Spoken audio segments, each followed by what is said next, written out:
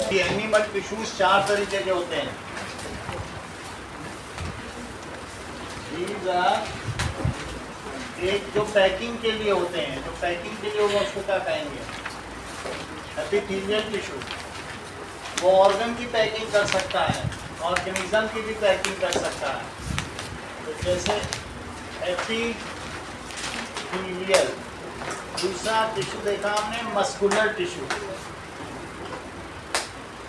तो किसी लिए फाइब्रस होता है। मस्कुलर टिश्यू कैसा होता है और ये लोड ले सकता है। तीसरा टिश्यू हमने क्या देखा? कनेक्टिव। और चौथा क्या है? नर्वस। एपिथेलियल टिश्यू 4 तरीके का हो सकता है। एक होता है एपिथेलियल टिश्यू जो 1 सेल थिक है, उसको कहेंगे स्क्वैमस, जो माउथ की लाइनिंग में होता है, ईसोफेगस में होता है, नॉस्ट्रिल की लाइनिंग में होता है। दूसरा होगा स्ट्रेटिफाइड,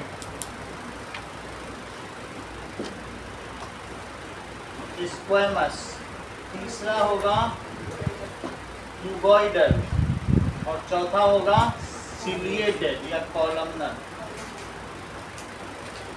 अगर किसी में ग्लैंड भी है तो ग्लैंडुलर भी कहेंगे। जैसे हम लोगों ने देखा था सलाइवा, जो सलिवरी टंग है तो उसमें ग्लैंड्स होते हैं, अब वो क्या कहलाएगा? ग्लैंडुलर होगा। और कॉलमनर कहाँ पे होगा?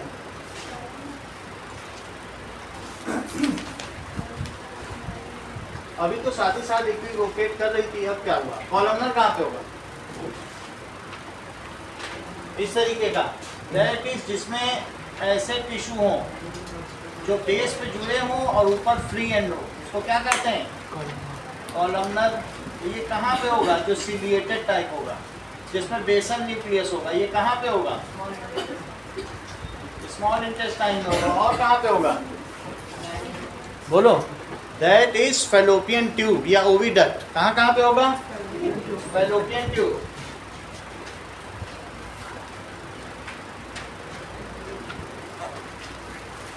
या स्मॉल इंटेस्टाइन। ठीक है। क्यूबॉइडल दिव्यांश कहाँ पे होगा? ये कुछ बताएगा ही नहीं कभी। आप बोलो बेटा। कहीं में होगा। क्यूबॉइडल। और कहाँ होगा? Kidney tubes. किडनी। सही है, सरल चीज है। दैट इज टंग में होगा, किडनी में होगा। स्ट्रेटिफाइड स्क्वैमस दिव्यांश कहाँ होगा? कहीं तो दिमाग लगाओ बेटा। आप बोलो। स्किन। हाँ, दैट इज स्किन में होगा। दिव्यांश स्क्वैमस कहाँ होगा? रिद्धि बताइए। अच्छा बताइए। अनुष्का आप बताओ। हाँ हाँ, उधर क्या देख रही हो? That is inner lining of mouth. Mouth की इनर लाइनिंग में, नॉस्ट्रिल्स में होगा। Nasal passage. किसमें होगा? Nasal passage.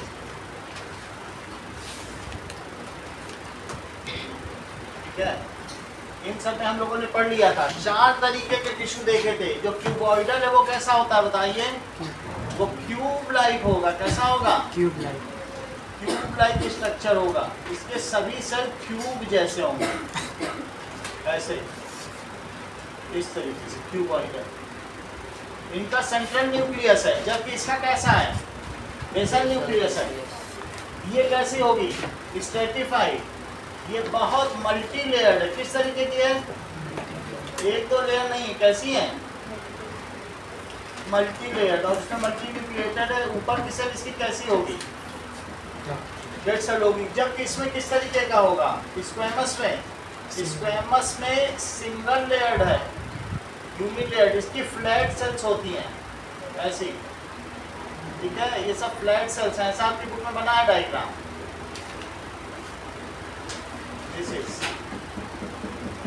जैसे हमने देखा था कि एपिडर्मिस होता है, तो बिल्कुल वही चीज़ है, स्क्वेमस है, फ्लैट सेल होंगे, पॉलीगोनल सेल होंगे। तो ये हमारी इनर लाइनिंग ऑफ चीज में ऐसा पाया जाएगा। ठीक है, ये यूनिन्यूक्लिएटेड है, जबकि इसमें कई सेल एक साथ एक दूसरे के ऊपर हैं। ये वाला इम्परमिएबल है, अनिकेत ये वाला सर दोनों ही नहीं, चारों ही, सारे इम्परमिएबल है। क्या बताइए, एपिथेलियल का मतलब ही होता है पैकिंग टिश्यू, और जो पैकिंग टिश्यू होता है वो मोजाइक लाइक स्ट्रक्चर है। They are compact and they do not have any intercellular space. इन सभी में कोई इंटरसेलुलर स्पेस नहीं है, इन सभी में दीज ऑल आर इम्परमिएबल। अगर किसी एक के बारे में पूछा जाए तो ये सब चीज़ में कुछ भी लिख दोगे, तुम्हारा पॉइंट बन जाएगा। क्या बन जाएगा, इनमें क्या है, these are impermeable to water, air and chemical. सही है। और ये बताओ, ये किस तरीके की टिश्यू है। मान लीजिए जैसे कि मैं ग्लैंड्स बना दूं, तो ये कहाँ पर पाई जाएगी, ये वाली कहाँ पाई जाएगी, बोलो। टंग पे पाई जाएगी और उसमें से सलाइवा निकलेगा। तो these are glandular. Okay, so all are, ये सभी क्या हैं, इम्परमिएबल टू एयर। इससे एयर भी नहीं होके जा सकती है, वाटर भी नहीं हो सकते हैं, एंड अदर सब्सटेंस। ये चीज होती है। कुछ यूनिन्यूक्लिएटेड है, some are multi unilayered, monolayered, some are multilayered, some are cuboidal, some are having central nucleus. इसका कैसा न्यूक्लियस है, बोलो। Central nucleus. Central nucleus. इसका कैसा न्यूक्लियस है, बेसल न्यूक्लियस। कैसा है, ठीक है, ये बेसल न्यूक्लियस है। ये क्यूबॉइडल है with glands. Glands are filled with enzymes, strong digestive enzymes. उसी सलाइवा से ही तो खाना पचता है। तो इसमें क्या होगा कि दैट इज, ये कैसी होगी, क्यूबॉइडल भी हो सकती है, क्यूबॉइडल भी हो सकती है या कॉलमनर भी हो सकती है। कोई जरूरी नहीं कि क्यूबॉइडल भी हो, कॉलमनर में भी ऐसा होगा। Columnar with glands. अगर तुम्हें ग्लैंड्स बोलने में या लगता कि कठिन है तो वेसिकल्स लिख लो। वेसिकल्स का मतलब थैले, थैले का क्या मतलब है, सैक। ये सब एक ही चीज़ है। इस चीज़ को क्या कहते हैं, ग्लैंड भी कह सकते हैं, वेसिकल भी कह सकते हैं, या सैक कह सकते हैं। तो इसीलिए इसका नाम क्या हुआ, ग्लैंडुलर टिश्यू। ऐसा कहाँ पर पाया जाता है, तृप्ति, टंग में पाया जाता है। So this is its occurrence is at tongue. इतनी बात तुमको समझ आ गई। अब देखिए ये कैसा है बताइए, लेकिन यूनिन्यूक्लिएटेड तो है ही है। ओके, अब स्ट्रेटिफाइड में क्या है, बहुत सारी सेल एक साथ कंपैक्ट हो जाती है, तो फिर उसी क्या कहने लगते हैं, दैट इज स्ट्रेटिफाइड स्क्वेमस हो जाती है। इसमें देखिए यूनिन्यूक्लिएटेड, यूनिलेयर्ड या मोनोलेयर्ड, सिंगल लेयर्ड। कैसा है ये, सिंगल लेयर्ड। ये कैसा है, बोलिए, multi layered. Lower layered are live and upper layer is dead. इसमें लोअर लेयर्स लिविंग और अपर लेयर मेड ऑफ, ये किसकी बनी है, डेड सेल्स। हाँ, ये बताइए दिव्यांश, केराटिन इसमें पाया जाता है कि इसमें, ग्लैंडुलर में। आप बोलो तृप्ति, कॉलमनर में। अच्छा बताइए, तुम इतना कैसे जानते हो। आप भी बोलो साची, केराटिन किस में पाया जाता है, बोलो। तुम जानती हो, आप भी बोलो। मोहजीत, हाँ बोलो। ये इतना कैसे एग्जैक्ट बता रहे हैं, आप बोलो। स्ट्रेटिफाइड, तभी तो तुम्हारे लिए बहुत नजदीक थे। देखो एक ही नीचे थे, इसका मतलब दिग्विजय पढ़ने लगे, बहुत क्लोज था इनका कॉन्फिडेंस भी देखने लायक। इसका मतलब इन चीज़ों को रिटेन करना है। तो इसका मतलब क्या हुआ, स्ट्रेटिफाइड स्क्वेमस स्किन में पाया जाता है। कहाँ पाया जा रहा है, स्किन में। ये इनर लाइनिंग ऑफ चीफ, इसमें हमने लिखा है, स्किन भी लिखा है। तो जैसा कि अनवी ने बताया कि केराटिन की वजह से बाल निकलता है, क्या निकलेगा, तरीके से बाहर निकलेगा केराटिन। ये केराटिन ही है। तो केराटिन क्या होता है, हमारी बॉडी का क्या है, वेस्ट सब्सटेंस है। सो इसमें keratin is found, keratin that is the waste substance is found, which is the reason of which causes growth of hair,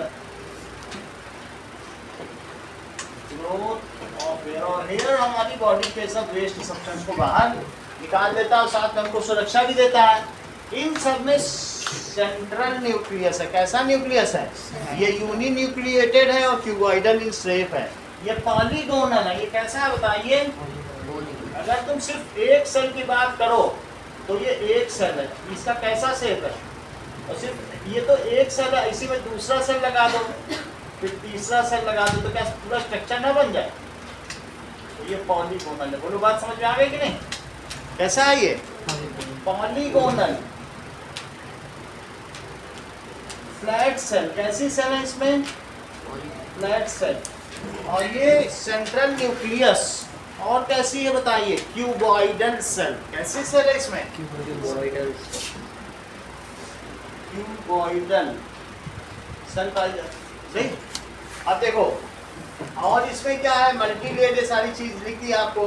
cuboidal है, इट्स लोकेशन, इसका लोकेशन कहाँ कहाँ पर है, दैट इज फाउंड इन, बोलो निके, टंग एंड किडनी। टंग में पाई जाती, सही कह रहे हो। टंग में फिर ये ग्लैंडुलर भी हो जाएगी, मतलब है यही, लेकिन इसमें फिर सलाइवरी ग्लैंड भी हो जाएंगे। तो tongue and kidney, tongue and kidney हो जाएगी। अब देखो, दैट इज कॉलमनर कैसा होगा, these are attached at base, however upper ends are free and hexagonal. ऊपर के एंड कैसे होंगे, फ्री होंगे और तैरते होंगे, फिंगर लाइक स्ट्रक्चर। तो इसलिए कैसी है, फिंगर लाइक। फिंगर का क्या मतलब है, विली, जर्मन में इसे विली कहते हैं। Finger like cells attached at, कहाँ पे अटैच्ड है, एट बेस, बेस पे अटैच्ड होती हैं, and free at upper end, free at upper end. इनका काम क्या होता है, फॉर एब्जॉर्प्शन हो सकता है या फॉर मूवमेंट। पैरामीशियम में सीलिया होते हैं, सीलिएटेड है नाम इसका, तो उसको मूव कराते हैं ऐसे ऐसे, देखा था कि नहीं आपने। तो इसलिए फ्री एंड होगा फॉर, ठीक है। और ये कहाँ पाई जाएंगी अभिनव, स्मॉल इंटेस्टाइन के लाइन, स्मॉल इंटेस्टाइन में पाई जाएंगी, अकरेंस। सो अकरेंस इज, और बोलिए, इंटेस्टाइन और ओविडल। इन सभी के बारे में आपको पिछली क्लास में वीडियो दिखाया जा चुका है, सब बताया जा चुका है। जस्ट एक रिकैपिटुलेट फिर से कर रहे हैं, बहुतों को ये सब पता भी है। और आगे देखिए, ग्लैंडुलर क्या होता है, इसमें ग्लैंड्स होते हैं और ये टंग में पाई जाती है।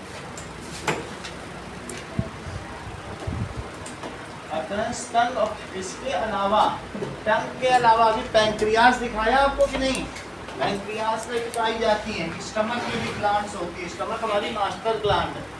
तो ये क्या है, अग्नाशय, ये स्टमक है, स्टमक के पीछे ये क्या है, बोलो, पैंक्रियास। ये स्टमक के पीछे क्या है, पैंक्रियास। पैंक्रियास। ये इसमें से इंसुलिन निकलता है, इंसुलिन ग्लूकोज को तोड़ता है, तो ये भी ग्लैंडुलर है।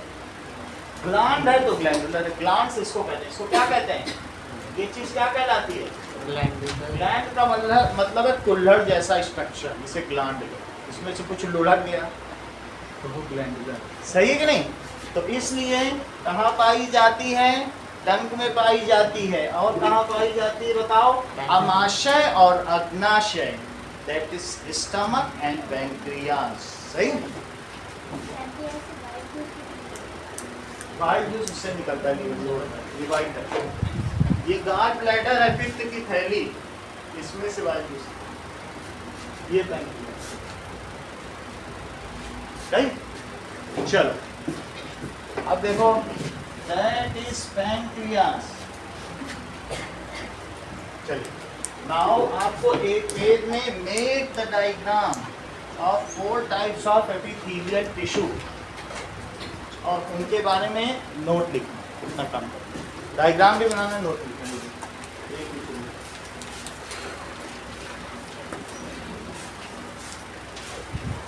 बुक बंद कर देना, 10 मिनट में करके देना आगे में। उनका एक्रेंस, उनका क्या क्या सेल का नेचर है। तुम लास्ट क्लास में थे नहीं क्या? ऐसे क्या चुपचाप रहते हो? कुछ बताते ही नहीं, वीडियो भी नहीं देखे।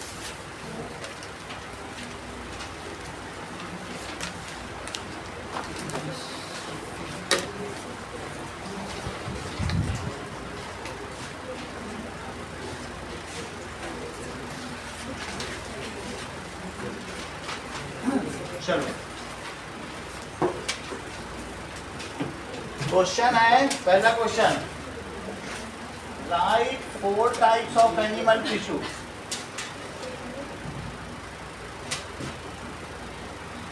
दूसरा है, right 3 types of muscular tissue. Muscular tissue के 3 टाइप्स लिखो। तीसरा question, make diagram of striated and smooth tissue। और चौथा क्वेश्चन है, make diagram of 4 types of epithelial tissue. Epithelial tissue के चारों के डायग्राम बनाने हैं और सिर्फ ये लिखना है कि एक चीज लिखनी है, वो कहाँ पाई जाती है। इसको छोड़ दो, इन्हीं चारों का डायग्राम बनाना और एक ऑर्गन लिखो कहाँ पाई जाती है। सारे नहीं लिखने, इतना काम करो। And right 1 example of location, इतना काम करो। चलो,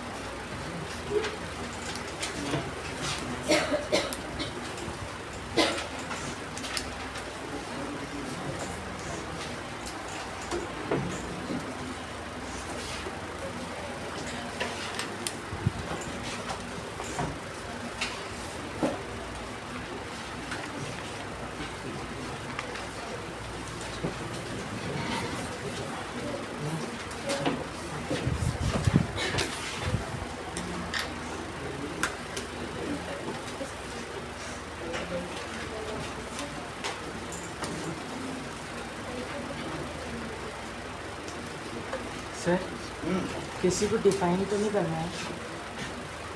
नहीं डिफाइन कुछ नहीं।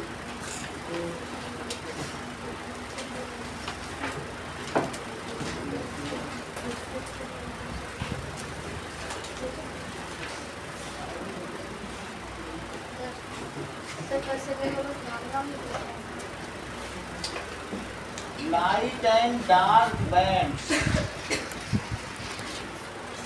इसीलिए इसे स्ट्रिप्ड भी कहते हैं या स्ट्रिएशंस। बैंड्स का ही जो दूसरा नाम, ये सब बैंड्स है, तो इन्हीं को क्या कहा गया है? दी अल्टरनेट स्ट्रिएशन। स्ट्रिएशन को ही बैंड कहते हैं, स्ट्रिप्स। अब देखो, ये पॉलीन्यूक्लिएटेड है और पॉलीन्यूक्लिएटेड के साथ इनका न्यूक्लियस दिख कहाँ पर है? बोलो, न्यूक्लियस कहाँ पर है? बोलो, बेसल है कि सेंट्रल? पहले बता रहा है पेरिफेरल, और तुमसे गलत चीज हो तो तुम बुरी हो जाते हो। वो सही है, देखो वो नहीं डॉज होता, वो स्मार्ट है। सही है कि नहीं? तो आप देखो, इसका कैसा पेरिफेरी पर है, इसलिए इसका न्यूक्लियस कैसा है? पेरिफेरल। कैसा है? पेरिफेरी, यानी परिधि पर है। तो पॉलीन्यूक्लिएटेड। और कैसा है? न्यूक्लियस कैसा है? इस पेरिफेरल। पेरिफेरी पर है, पेरिफेरल। और ये किसमें पाए जाते हैं सोनाक्षी? बोलो, ये इनवॉलंटरी ऑर्गन में पाए जाते हैं कि वॉलंटरी? ये कैसे मसल्स हैं? हाथ पैर में पाए जाएंगे कि इसोफेगस में, हार्ट में पाए जाएंगे, या अंदर के जो कॉन्ट्रेक्टाइल इंटेस्टाइन में भी इस तरीके के मूवमेंट होते हैं आगे पीछे वाले? दीज आर, ये बिल्कुल सही बता रहे हैं, दीज आर नवदीप कि इट इज वॉलंटरी, स्वैच्छिक। ये किस प्रकार के हैं बताओ? स्वैच्छिक, voluntary. It is voluntary muscles. और कहाँ पाए जाएंगे? Found in four limbs. Four limbs किसे कहते हैं? हाथों को। और हाइंड लिम्स किसे कहते हैं? बोलो, पीछे वाले अंग कौन से कहे जाते हैं? हाइंड लिम्स, पैर। तो हाइंड लिम्स में पाए जाएंगे फोर लिम्स। और कहाँ पाए जाएंगे? नेक में पाए जाएंगे, फेस में पाए जाएंगे, इन सभी जगहों में पाए जाएंगे। कहिए, नेक भी मस्कुलर होती है। आगे देखो, इसमें क्या है? It is tapered at both ends. अगर इनर ऑर्गन्स को हाथ में लो, ऐसे जैसे ईसोफेगस, जो लोग मीट खाते होंगे तो बकरी का अगर आहार ना लो तो हाथों में फिसलेगा, स्मूथ मसल का बना। ये कैसा होता है? फिसल जाएगा। इनर ऑर्गन फिसलते हैं ना आपस में, इवन ऐसे फिसलते हैं कि हमको आवाज़ भी पता नहीं चलती। क्या आपको पता चल रहा है अंदर कौन आगे पीछे हो रहा है, अंदर बाहर हो रहा है, कुछ पता चल रहा है? It is so smooth. इतना बड़ा कारखाना अंदर चल रहा है लेकिन न शोर न गुल, कुछ भी नहीं हो रहा। So it is tapered at both and like spindle. ये स्पिंडल की तरह होते हैं। स्पिंडल का मतलब क्या होता है? तकली, इनसे धागा बुना जाता है ना, मेकिंग यार्न। स्पिंडल होते हैं। It is uninucleated. कैसा होंगे? It is uninucleated.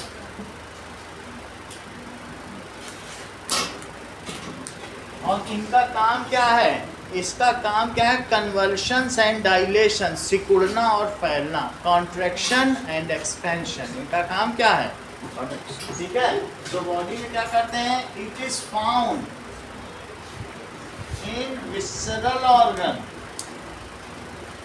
Visceral organ का मतलब है जो ऐसे those organ which does not work on our whim and fancy, जो हमारी इच्छा अनुसार काम न करें। अपने मन से क्या हृदय का धड़कना रोक सकोगी? नहीं रोक सकोगी। अंदर जो है कुछ कर पाएंगे? तो इसलिए the organ which does not work on our as per our wish. हाँ, आइरिस भी कर सकते हैं। So visceral organs, the organs which are involuntary. Involuntary का क्या मतलब होता है? वो आपकी इच्छा के अनुसार नहीं करते, वहाँ पर पाए जाते हैं। बाकी तो नवदीप ने बता ही दिया है। इसका अकरेंस कहाँ है? Iris of the eye. Iris आँखों की पुतली को छोटा बड़ा कर सकता है, आइरिस ऑफ आई। या ईसोफेगस, ईसोफेगस में किसी को उल्टा अगर लटका के खाना खिलाओ तो भी खाना पेट में पहुंचता है। तो इसका मतलब उसमें एक तरीके का ऐसे ऐसे मूवमेंट होता है। वो कभी वीडियो चलाएंगे तो दिखाएंगे। ऐसे हमारे इंटेस्टाइन में भी इस तरीके का मूवमेंट होता है। स्टमक से खाना लेके आगे रेक्टम तक पहुंचा देता है, फिर रेक्टम से एनस पे चला जाता है, फिर डेफिकेट हो जाता है। तो इस तरीके का मूवमेंट इंटेस्टाइन में भी होगा। ये इंटेस्टाइन में भी होगा, ईसोफेगस में।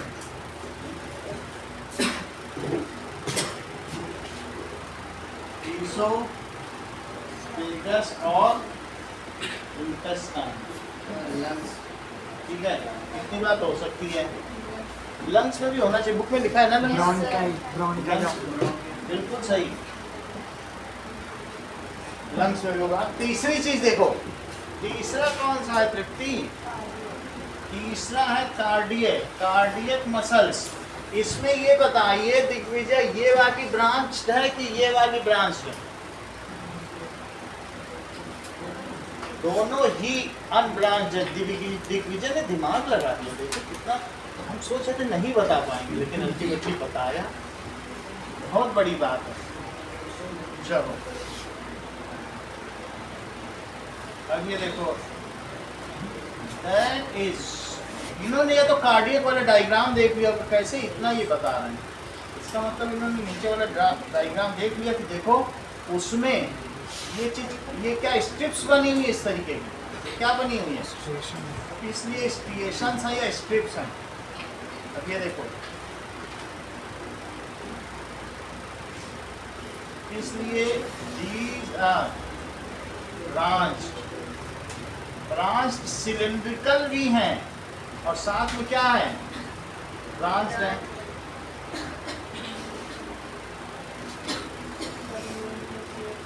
यूनिन्यूक्लिएटेड, इसमें सेल मर्ज नहीं हुई है, इसमें सब मर्ज हो गई, तो मल्टीन्यूक्लिएटेड, इसमें सेल अलग अलग हैं।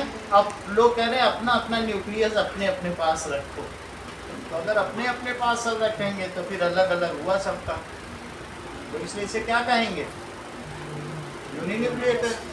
और कैसी हैं ये, बहुशाखीय हैं कि एक शाखीय, बहुशाखीय।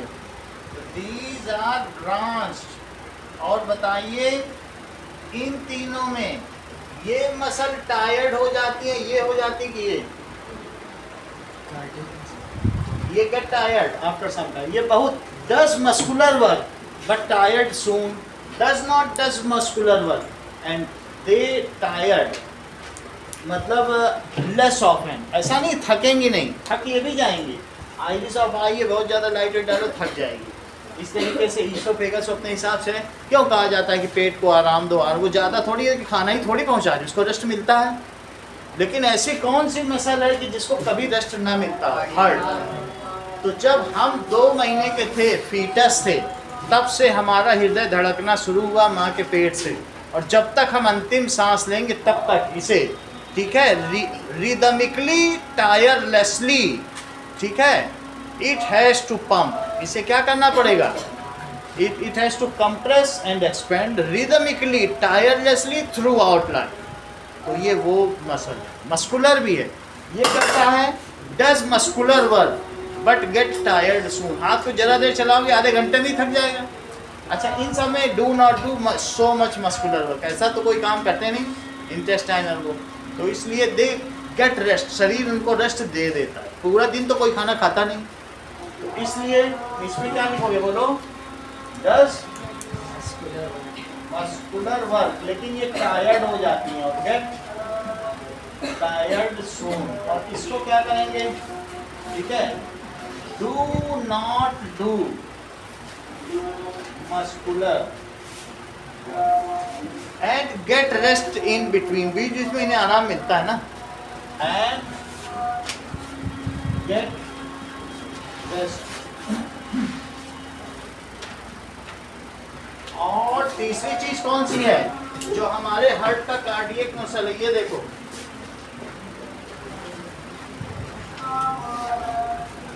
ये देखिए, तो दिस इज, ये मुट्ठी के आकार का होगा, कैसा होगा, that is like of fist, यहाँ पर होगा, इतना बड़ा ही होगा बस। और इसमें दिस इज हार्ट, अलग अलग तरीके के, देयर आर, ये देखो, तो ऐसे इनके अलग अलग क्या होते हैं, चैम्बर्स होंगे, वो चैम्बर्स आपस में क्या होते रहेंगे, खुलते रहेंगे, और ये हार्ट में कहीं से ब्लड आएगा और कहीं से ब्लड जाएगा, जो ब्लू साइड है वहाँ से डीऑक्सीजनेटेड ब्लड आएगा और फिर यहाँ से ऑक्सीजनेटेड होके जाएगा। इसमें कौन सी मसल, देखो कितनी मोटी मोटी इसकी लेयर है, ये ऐसी मोटर है कि इसमें बहुत प्रेशर पूरे बॉडी में डाला जाता है, तो क्या ये मस्कुलर वर्क नहीं करेगी, मस्कुलर वर्क करेगी, और क्या करेगी, सीधा से बताएगी, सही कि नहीं, ब्लड के राइट साइड, इसमें काम क्या हो रहा है हार्ट में, that is pumping of blood, जिसका कर रहा है पंपिंग ऑफ ब्लड। भाई 4 चैम्बर है, 1 2 3 4, कितने चैम्बर है, तो हम लोगों का हार्ट कितने चैम्बर है दिव्यांश, 4 चैम्बर, 1 2 3 4। तो ये मस्कुलर देखो कितने मोटे मोटे है कि नहीं।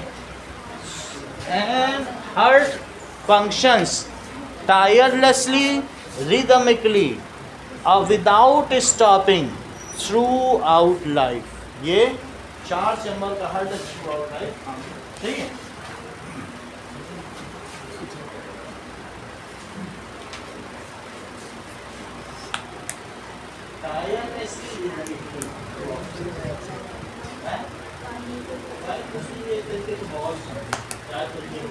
अब देखो तो क्या लिखा है बोलो इसके बारे में बताओ, ये यूनिन्यूक्लिएटेड है कि ब्रांच्ड है? बोलो। एक करेक्ट करेंगे, दोनों हैं, इनको भी जल्दी डॉज नहीं किया जा सकता, बहुत बड़ी बात है। चलो जो हाँ इसको कहेंगे कार्डियक मसल। इसको क्या कहेंगे? जब हमारे हार्ट में कोई प्रॉब्लम होती है तो हम कार्डियोलॉजी जाते हैं, क्योंकि हार्ट का दूसरा नाम कार्डिया ही है। हार्ट को ही क्या कहते हैं? कार्डियम। हार्ट का दूसरा नाम क्या है? कार्डियम, ग्रीक नाम है। और कार्डियम के नाम पे इस मसल का भी नाम क्या पड़ गया? Cardiac muscle. तो लिख लो कार्डियक मसल्स।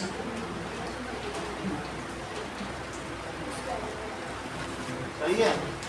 जैसा कि श्रेया ने हम लोग को बताया कि लंग्स को सर पल्मोनरी कहते हैं। क्या पल्मोनरी के लिए भी कोई मसल्स होती हैं? तो उसके बारे में हम आगे देखेंगे, पहले कार्डियम तो पढ़ लें। सही है। कार्डियक मसल, कार्डियम का क्या मतलब होता है? बात ना करें, इसको नोट करें, ठीक है। कार्डियम का मतलब ये मसल कैसी है? It is cylindrical branch multinucleated, sorry uninucleated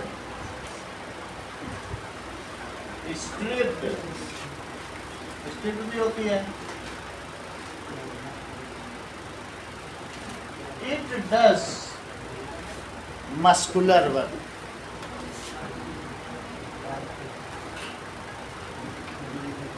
and found on walls of heart. कितनी मोटी मोटी दीवार थी, कहाँ पाया जाता है?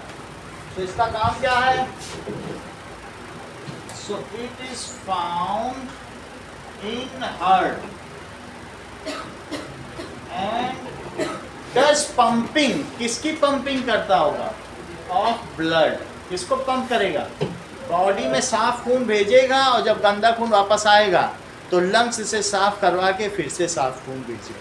साफ कहाँ से करवाएगा? लंग्स में भेजेगा, कहेगा जाओ पहले साफ हो के आओ, फिर ब्लड कहेगा हम आ गए वापस, कहेगा ठीक है जाओ बॉडी फिर से, ठीक है। फिर ब्लड आएगा तो अब उसमें से आधा खून भेजेगा, जाओ पहले लीवर में जाना, लीवर से सब पॉइजनस सब्सटेंस तुम्हारे हटाए जाएंगे, फिर वहाँ से किडनी चले जाना, किडनी से फिर तुम यूरिन बन जाएगी, वहाँ से चले जाना, और फिर साफ होके फिर आओ। 2 जगह भेजता है। एक बार सफाई के लिए, पॉइजन की सफाई के लिए लीवर में भेजता है आधे को, और आधे को भेजता है जाओ तुम लोग लंग्स में जाओ ऑक्सीजन से भर के आओ। तो सारा काम करता।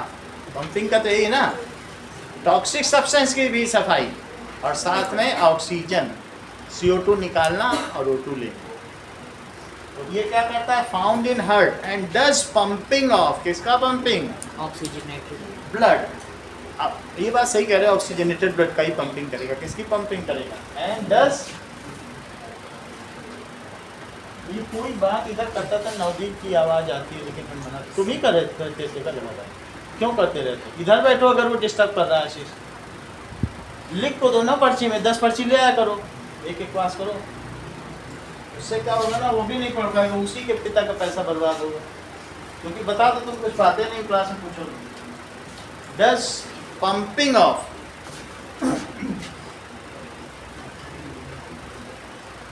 अभी बताओ लंग्स का दूसरा नाम हमने क्या बताया? अब 2 दिमाग तो है नहीं कि तुम बात भी करो, बता पाओ।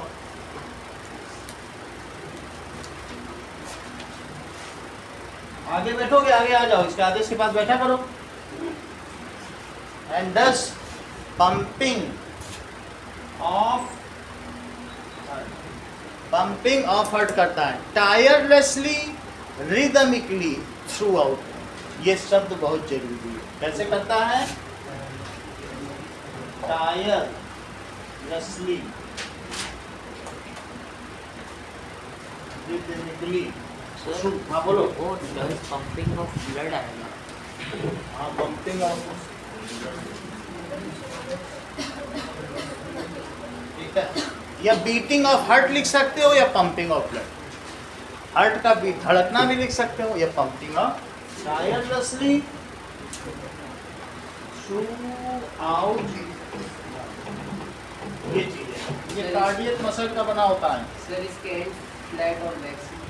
ये बिल्कुल सही कह रहे हैं। इसके एंड क्या चीज होते हैं? कहाँ लिखा है? ठीक है, इतनी बात हो गई। बुक में तो नहीं, अलग से रूप से देख, कहाँ से लिखा है? चलो अगला देखिए, थर्ड वन इज, तीसरा है कनेक्टिव टिश्यू। तो कनेक्टिव टिश्यू अनुष्का कितने प्रकार के होते हैं और उनमें से हर एक कनेक्टिव टिश्यू कितने प्रकार का होता है? How many types of connective tissues are there? चलो इन सब के बारे में लिखें। कनेक्टिव टिश्यू एरियोलर भी हो सकता है, और दूसरा कैसा हो सकता है? स्केलेटल भी हो सकता है, और तीसरा क्या हो सकता है? एडिपोस, बताओ। एडिपोस टिश्यू, एडिपोज हो सकता है। चौथा क्या हो सकता है? लिगामेंट्स, टेंडन्स, तो वो किस में आते हैं? Connective tissue. चलो now next is connective tissue. Connective tissue के सबके डायग्राम बने हुए हैं बुक में, उसको देखो तो पता चले।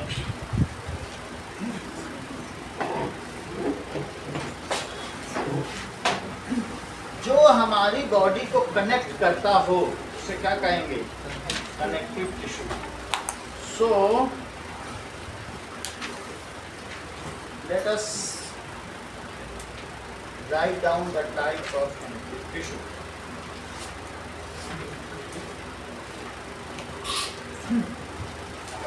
चलिए, अभी तक हमने देखे एनिमल टिश्यू 4 तरीके के हैं, जिनमें से जो पहला वाला है उसके 4 तरीके आपने देख लिए, और जो दूसरा वाला है उसके 3 तरीके देख लिए। अब हमारे पास एक तो नर्वस टिश्यू है जिसके बारे में अभी हम बात नहीं कर रहे हैं, और एक कौन सा है? Connective tissue. कनेक्टिव टिश्यू 4 तरीके का होता है। दैट इज एरियोलर, दूसरा एडिपोज, तीसरा दैट इज स्केलेटल, और चौथा फ्लूइड। इन चारों के बारे में पढ़ो। जो एरियोलर है वो 2 तरीके का होता है, that is tendon and ligament.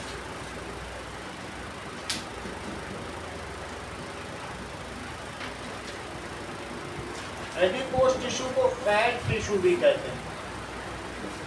Skeletal tissue वो होता है जो हमारी बॉडी का स्केलेटन बनाता है। कौन कौन हमारी बॉडी का ढांचा बनाते हैं? पहला तो बोन है, और दूसरा क्या है? कार्टिलेज।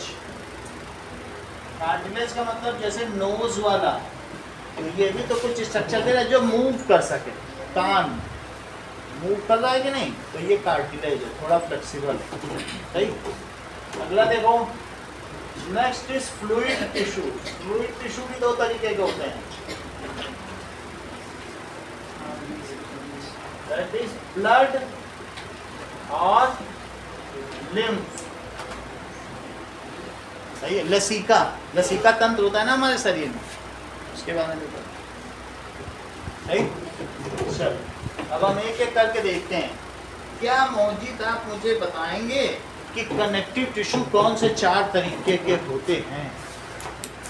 सिर्फ नाम 4 नंबर। और उधर देखते हो और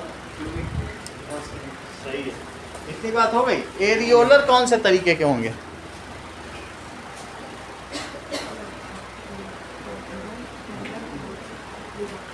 अब नहीं देखा, ये बताओ फ्लूइड टिश्यू कौन से तरीके हैं?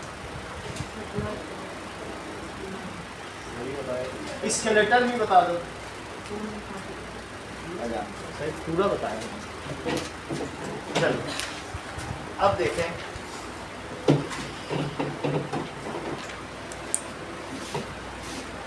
सबसे पहले देखते हैं एरियोलर टिश्यू। ना एरियोलर टिश्यू क्या चीज हो सकती है? तो ना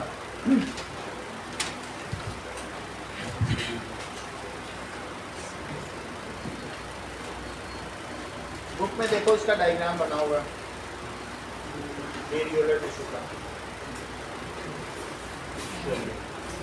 तो एरियोलर टिश्यू सबसे ऊपर बना हुआ है। इसमें क्या क्या है? पहला टाइप देखिए। नाउ कनेक्टिव टिश्यू क्या करता है? It connects organ to organ and different organs of body. Connective tissue. This tissue connects different organs of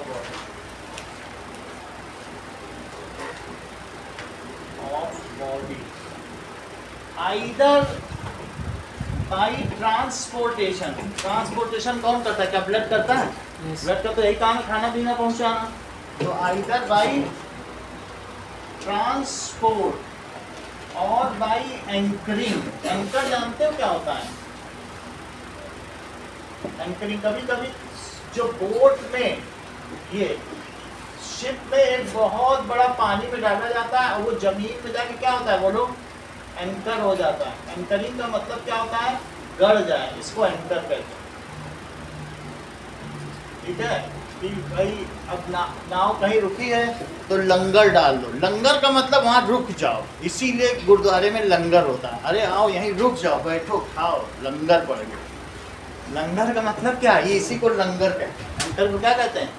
कि नाव में लंगर डाल दिया गया, बहुत भारी होता है, 400-500 किलो का, रेत के अंदर घुसता चला जाता है और नाव इधर उधर जाए, मजाल है हिल जाए।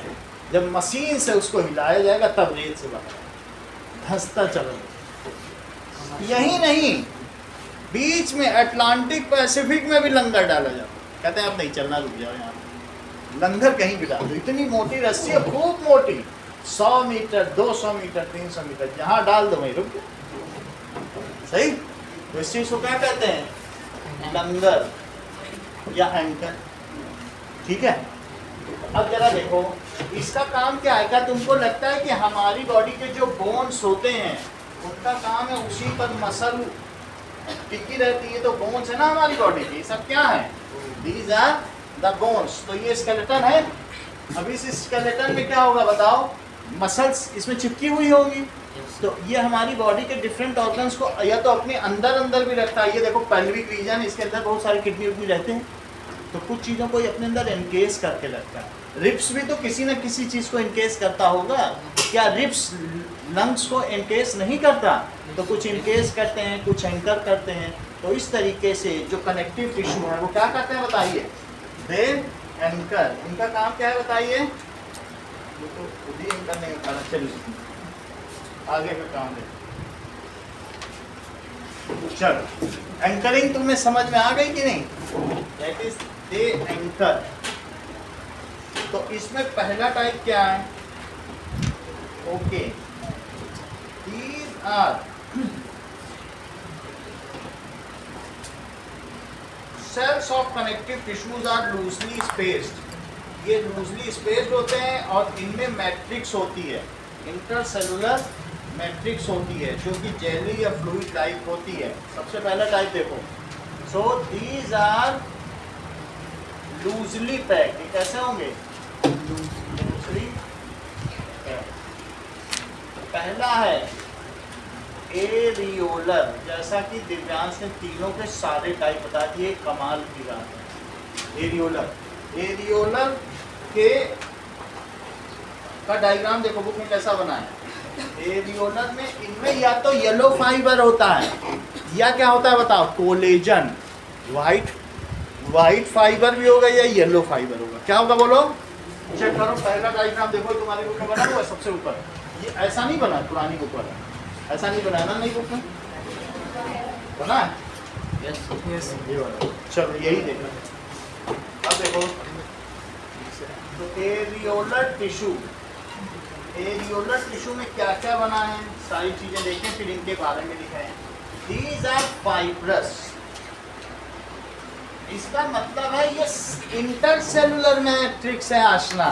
सेल्स के बीच में, सेल तो होते हैं लेकिन सेल के बीच में ये इंटरसेलुलर मैट्रिक्स, ठीक है। मैट्रिक्स का मतलब क्या होता है? जालदार संरचना। That is a wire web like structure. कैसा है मैट्रिक्स है ये? मैट्रिक्स तो समझते हो ना, जालदार। उसको ठीक से बंद करो, नल ठीक से बंद नहीं है। अब आगे देखो तो इसमें क्या क्या चीजें बनी हुई हैं, ये देखो। Now there are plasma cells. कोई कुछ ऐसी हैं जिसमें प्लाज्मा है और कुछ क्या है, मैक्रोफेज, WBC जैसी संरचना है। There are some fibrous structures. ये क्या है? फाइब्रोब्लास्ट।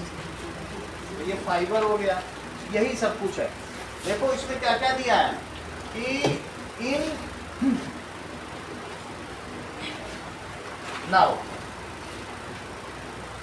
ये क्या क्या चीजें होती हैं? एरियोलर टिश्यू कंटेन्स, क्या क्या करती हैं बताइए? व्हाइट फाइबर और येलो फाइबर। एरियोलर टिश्यू में क्या है? टिश्यू कंटेन्स व्हाइट और येलो फाइबर। दो तरीके के फाइबर होते हैं। फाइबर जब मैं बोल रहा हूं तो येलो फाइब्रस प्रोटीन, प्रोटीन से बनी ये संरचना है। इसके अलावा इट हैज प्लाज्मा, इसमें प्लाज्मा भी होता है। ये प्लाज्मा बॉल, प्लाज्मा की बॉल कैसी होती है? जरा आप लोग प्लाज्मा देखें, प्लाज्मा स्ट्रक्चर कैसा होता है।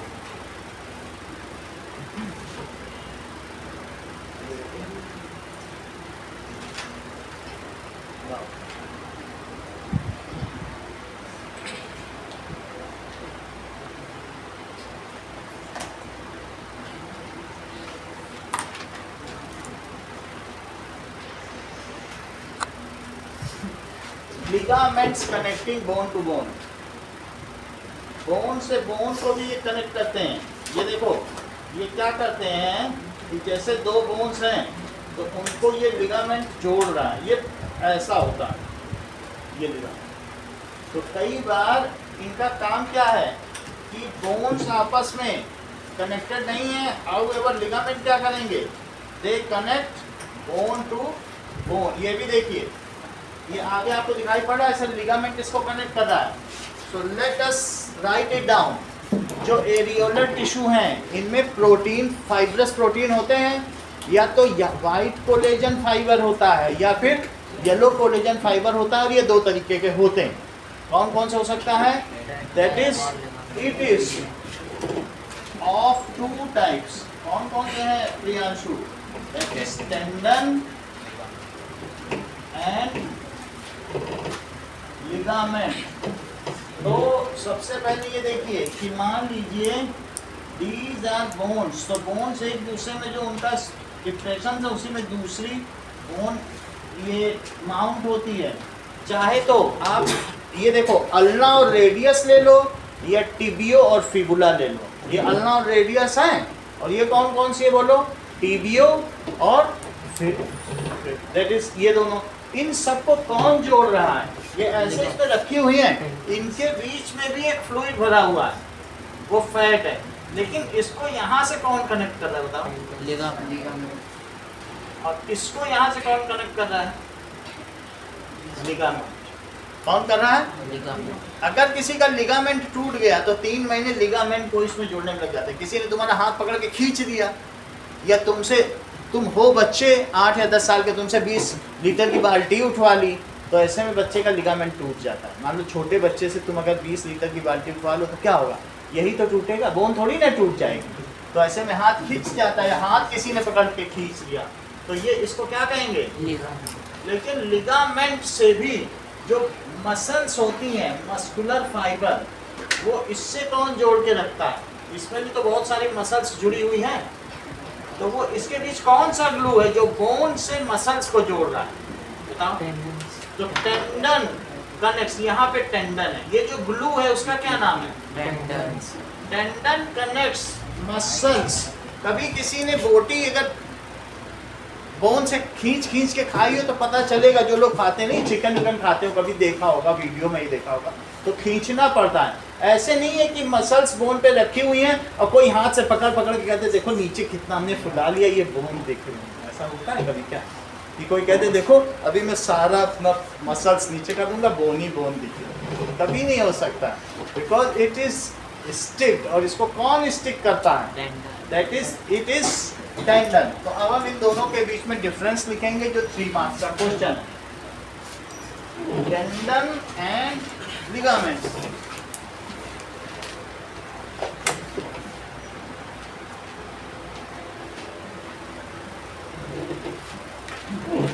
टेंडन क्या होता है? अच्छा ये बताओ, ये अगर पैर ऐसे मुड़ गया तो क्या ये इलास्टिक मानोगे भी नहीं मानोगे? मानोगे। और अगर ये मान लो मसल्स तुमने एक बार खींच के निकाल दी तो क्या फिर ये चिपक जाएगी? ये इन इलास्टिक है, एक बार अगर हटी तो वंस फॉर ऑल हट ही गई, फिर नहीं जुड़ेगी।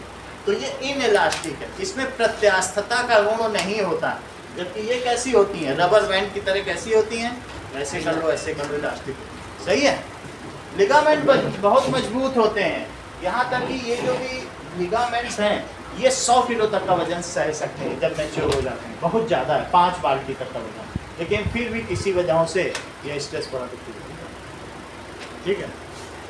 अब ये देखो टेंडन क्या होता है बोलो? ये इनइलास्टिक है। ये कैसा है? अगर एक बार खिंच गया तो वंस फॉर ऑल निकल ही जाएगा। मसल्स अगर निकाल दो एक बार तो निकल जाएगी, फिर चिपकेगी नहीं। सही है। और जबकि ये इलास्टिक है ना, खिंच जाता है कि नहीं? ऐसे करे तो ये यहाँ का जो यहाँ का लिगामेंट है जुड़ा वो खिंच गया, पीछे से जुड़ा है, तो इट इज इनइलास्टिक।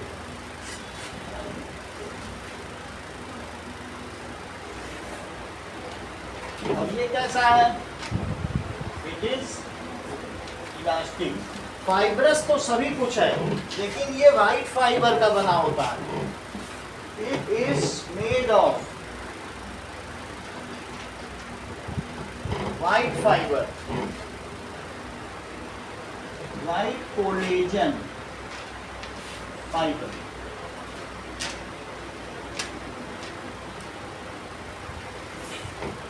जब ये किसका बना होता है? ये जो लिगामेंट्स है, ठीक है, ये येलो फाइबर के बनेंगे होते हैं।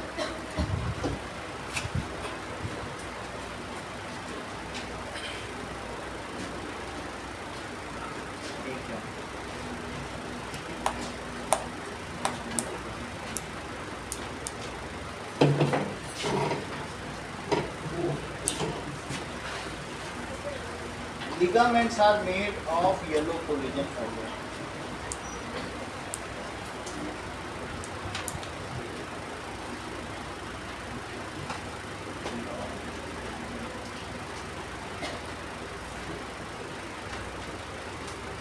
बस येलो फाइबर देखो, कोलेजन देखो, it is made of yellow fibre.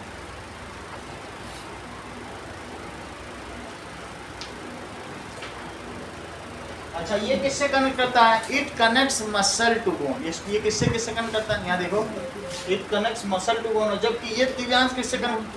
Correct, it connects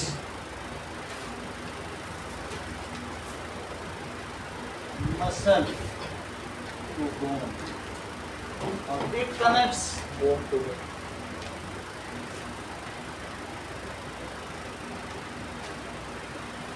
it can bear, ये बहुत ज़्यादा स्ट्रेंथ को बियर कर सकता है, जबकि इसमें ये चीज़ प्रॉपर्टी नहीं है, क्योंकि ये तो ऐसे ही कोई लोग मुंह से खींच के निकाल देते हैं। ऐसे लिगामेंट निकाला जा सकेगा क्या? नहीं निकाला जा सकेगा। तो इस तरीके से ठीक है, आगे की बात कर लेंगे। इट हैज लेस स्ट्रेंथ,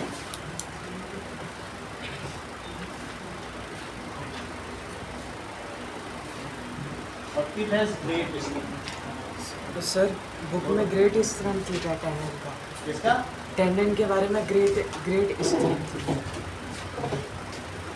बहुत लिमिटेड फ्लेक्सिबिलिटी। छोड़ो ये वाला स्ट्रेंथ तो हटाइए दो, दोनों में ग्रेट स्ट्रेंथ लिखा है तो ये बात इतना ही रखो, ये 3 रखो, सही है, इतना रखो। आगे की बात देखो। Now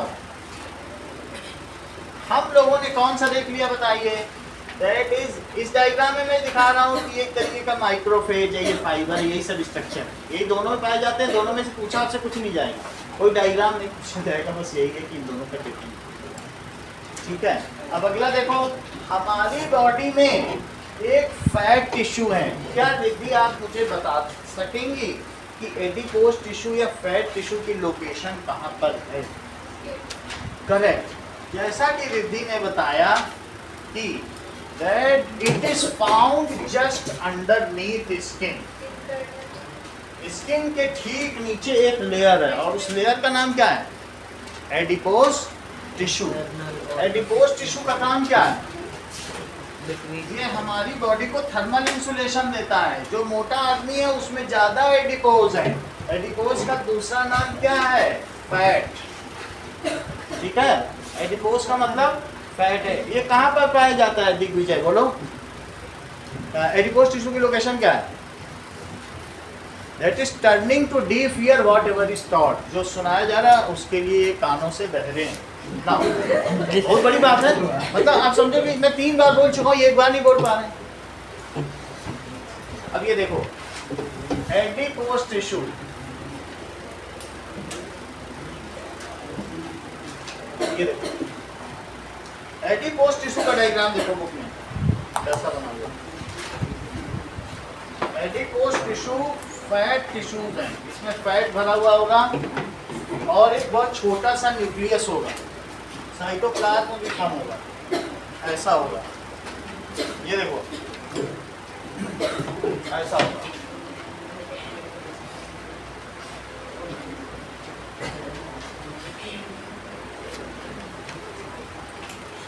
So these are filled with fat। इसमें पूरा फैटी फैट, ये पूरा फैट।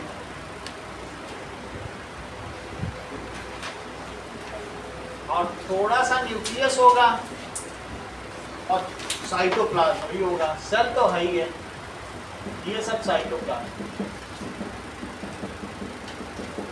दिस इज एडी, ऐसा ही आपकी बुक में भी बना है। इट इज फाउंड, हाँ न्यूक्लियस होगा, it is found underneath skin.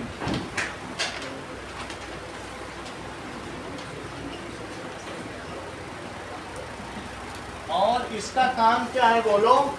It gives, Sanjana, it gives insulation to body.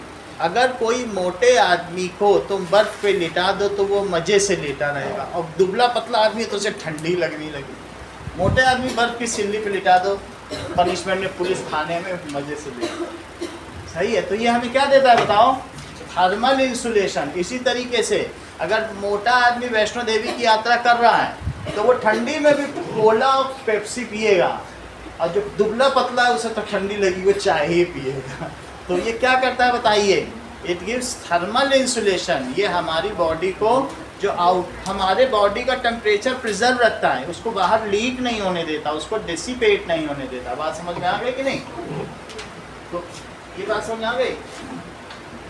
चलो, underneath skin, so it gives thermal and it is also reservoir of food। मोटा आदमी भूकंप में 20 दिन दबा रह जाए तो भी जिंदा निकल आ जाएगा, और जबकि दुबला आदमी 7 दिन बाद मर जाएगा, उसके पास रिजर्व फूड ही नहीं। यही फैट ही तो रिजर्व फूड है। जब हमारे बॉडी का कार्बोहाइड्रेट खत्म हो जाता है, कार्बोहाइड्रेट जो है हमारी बॉडी में लीवर होता है यहाँ पे स्टमक के बगल, उसमें जमा है, वो स्टोर हाउस ब्राउन कलर का जो लीवर है उसमें खाना जमा है, वो खत्म हो गया तो वो आदमी फिर 7 दिन तक में खत्म हो जाता है उसका खाना, वो मर जाएगा। लेकिन जो मोटा आदमी है वो 20-25 दिन बाद आएगा, दुबला होके बाहर निकलेगा।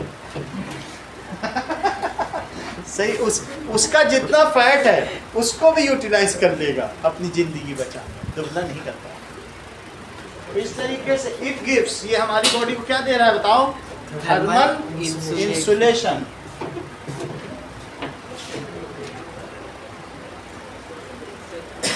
थर्मल इंसुलेशन देगा and keep our body warmer, हमें इंसुलेशन रहेगा, बाहर की ठंड अंदर नहीं आ पाएगी और अंदर की गर्मी बाहर नहीं जा पाएगी, और keep us warm. So it also, जो फैट है, सेल्स कैसी होती हैं? Are filled with fat globules, बिल्कुल सही कह रहे हो, globules, and act as reservoir of food for emergency, इसके लिए फॉर इमरजेंसी। इस तरीके से ये हमारे लिए रिजर्व फूड का भी काम करती है। तीसरी बात कही गई, जो स्केलेटल मसल हैं वो क्या होती है? ये पढ़ लिया हम लोगों ने, एडिपोस पढ़ लिया, ये अंडरनीथ स्किन पाई जाती है। तीसरी कौन सी है? स्केलेटल मसल, जो सर ये एडिपोस इंटरनल ऑर्गन्स के बीच में पाया जाता है। Yes, sir. बिल्कुल बिल्कुल। ये ऑर्गन को एक और चीज़ अच्छी बता दी, ऑर्गन टू ऑर्गन पैकिंग। हमारे अभी कभी भी जब भी कहीं मीट वाले की दुकान में जाओ तो उसमें वाइट भी होगा, वो जो कट करेगा वो फैट है। जो कहीं भी मीट होगा या फ्लैश होगा तो उसमें क्या होगा? फैट होगा। ये देख लीजिए आप, फैट में बता दो हमारी बॉडी में कहाँ होता है? Fat along with flash. देख लो, इसका डायग्राम देख लो तो आपको इससे आइडिया मिल जाएगा कि ये जो फैट है, ये चीज़ फ्लैश के साथ मीट में पाई जाती है। ये मैं बता दे रहा हूँ, ये तुमने देखा कहीं मीट काटने वाले को? यहाँ देखो, जानकारी के लिए उसका देखो, ये फैट है और ये क्या है? मीट। अगर तुमने मीट को ठीक आग के ऊपर जला दिया तो क्या उस मीट के जलने की खुशबू आएगी? क्यों आएगी? करेक्ट। जैसा इन्होंने बताया कि इसी का बटर या इसी का फैट इसको भून देगा। बहुत टैलेंटेड, बहुत बड़ी बात इन्होंने कह दी। मेरे से बातों ही बात बोल रहे हैं कि अगर मीट में तुमको अलग से बटर लगाने की जरूरत नहीं है, इसका जो फैट है उसी फैट से इसी को भून लो, फिर जो फैट टप टप गिर रहा है वो रोटी लगा लो। मैं कह रहा हूँ कि इतना फैट है हम लोगों की बॉडी में कि उससे कम से कम 5-6 लीटर तेल अलग से डिब्बे में बंद किया जा सकता है। Our body has fat. ये देख रहे हो ना, फैट कौन सा है? व्हाइट कलर का क्या है? ये फैट ही तो है, ठीक है कि नहीं? और ये हमारे ऑर्गन को पैक करता है और कुशनिंग इफेक्ट देता है। जब हम दौड़ते भागते हैं तो क्या होता है बताइए? व्हेन वी रन या कुछ होता है तो डिफरेंट ऑर्गन्स को अपनी अपनी जगह ये कौन पैक करके रखता है? और बात समझ आ गई? चलिए, so it packs and keeps the organs in its position. It gives cushioning to organs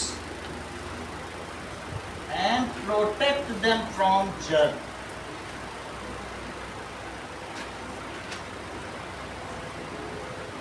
इतनी बात हो गई। आपको करना क्या है? Make flow chart of animal tissue.